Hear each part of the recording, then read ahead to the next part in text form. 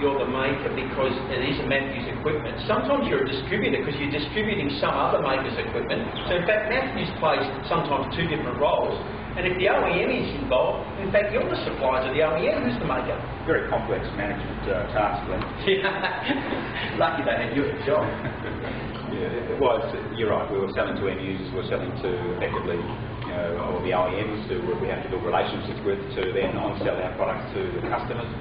We were representing manufacturers. We were a manufacturer, and we also developed software in Australia, so we were also adding value in that way. So, yeah, it certainly wasn't a straightforward, value chain from A to B.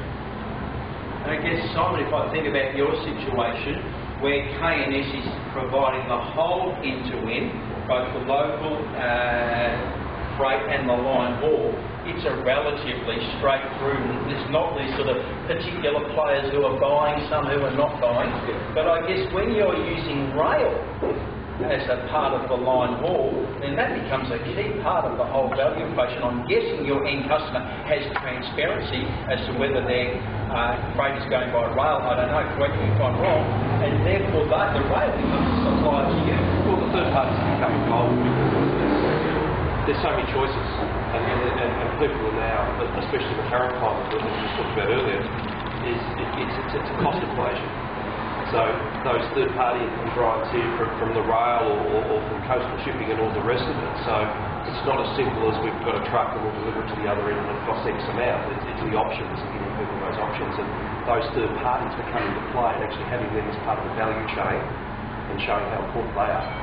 It's changing. There's a lot of intellectual IPs now that's starting to evolve in transport.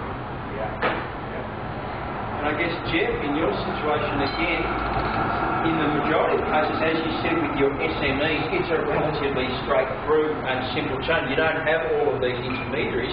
But I guess when you are being subcontracted by a facility manager for a Westfield or a much larger corporate, then you do start to introduce the fact that you become a supplier to them as the maker.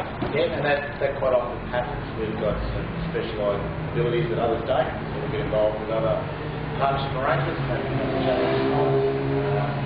and just getting clear defined goals and targets that we want to achieve to deliver on. Okay. We'll often get involved in the process of tendering for out of Australia's site to another prescribed waste specialist.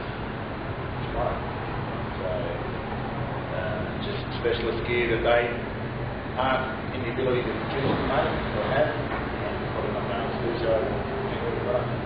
You get a direct partnership arrangement. Useful point to stop, pause, observations, reflections from the audience. Any questions for the panel before I move on?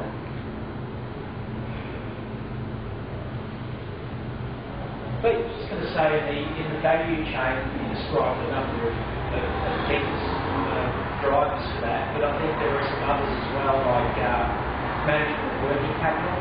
Sometimes you can manage that on behalf of the customer, and that's really important.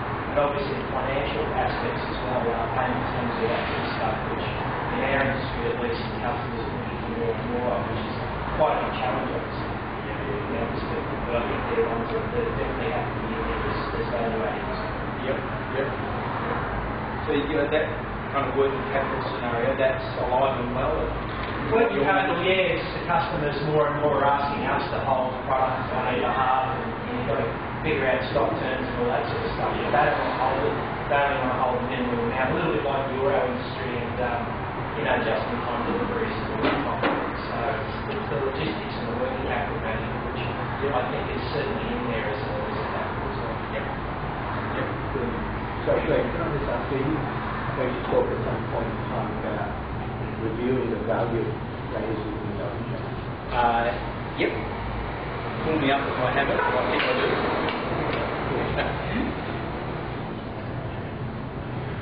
All right, just a small point on terminology here, value chain, distribution channel. I think the two terms often get used interchangeably, and again, I don't profess to have the right or wrong answer, but I do have an observation that I'd like to share with you, because we think that there is a useful differentiation of these two terms, and therefore